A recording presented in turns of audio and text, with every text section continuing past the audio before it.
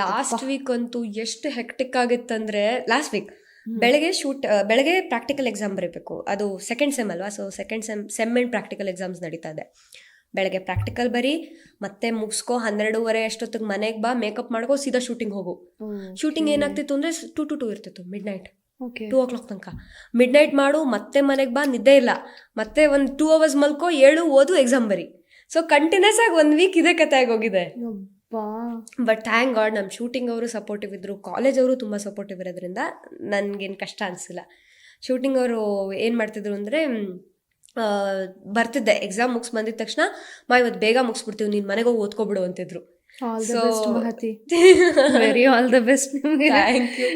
ಒಳ್ಳೇದಾಗ್ಲಿ ಜೀವನ. ಸೊ ಬೇಗ ಶೂಟಿಂಗ್ ಮುಗಿದ್ರೆ ಮನೆಗೆ ಬಂದು ಓದ್ಕೊಬಿಡ್ತಿದ್ದೆ. ಇಲ್ಲ ಬೆಳಗ್ಗೆ 4 ಗಂಟೆಗೆ ಓದಿದ್ದೀನಿ ಮೊನ್ನೆ ಲಾಸ್ಟ್ ವೀಕ್ ಅಂತೂ. ಸೊ ಹಾಗೆ ಕಾಲೇಜಲ್ಲೂ ಪಾಪ ಎಕ್ಸಾಮ್ಸ್ಗೆಲ್ಲ ಸಪೋರ್ಟಿವ್ ಇದ್ದಾರೆ.